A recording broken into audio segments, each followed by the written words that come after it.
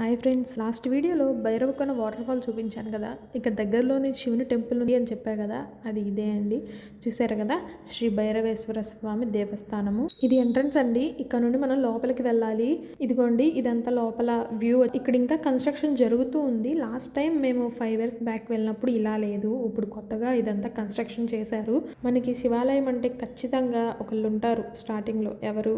కాలభైరవేశ్వర స్వామి. So ఇది కూడా ఎంట్రన్స్లో ఉంటుంది. శ్రీ కాలభైరవేశ్వర స్వామి. మీలో కొంతమందికి తెలిసే ఉంటుంది కాలభైరవేశ్వర స్వామి అంటే ఎంత పవర్ఫుల్ అనేది. సో కాలభైరవేశ్వర స్వామి దర్శనం చేసుకొని బయటకు వచ్చాక ఇదిగోండి వ్యూ ఇలా ఉంటది. ఈ కోతులు అయితే మన జనాల మధ్యలోనే తిరుగుతూ ఉంటాయి. చాలా ఎక్కువ ఉంటాయి. శ్రీశైలంలో కన్నా ఎక్కువ ఉంటాయి. ఇంకా ఇక్కడ శివలింగాలు ఉంటాయండి. ఫస్ట్ వచ్చేసి అష్టకాల ప్రచండ భైరవలింగము.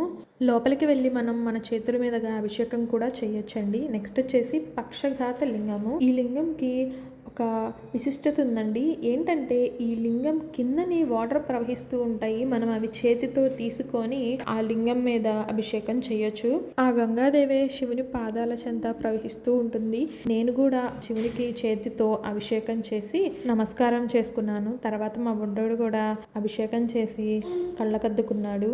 తర్వాత శ్రీ అష్టకాల ప్రచండ భైరవలింగాన్ని కూడా దర్శించుకున్నాము. కంటిన్యూషన్ వచ్చేసి నెక్స్ట్ షార్ట్లో అప్లోడ్ చేస్తాను. ఈలోపు మీరు నా ఛానల్ సబ్స్క్రైబ్ చేయండి.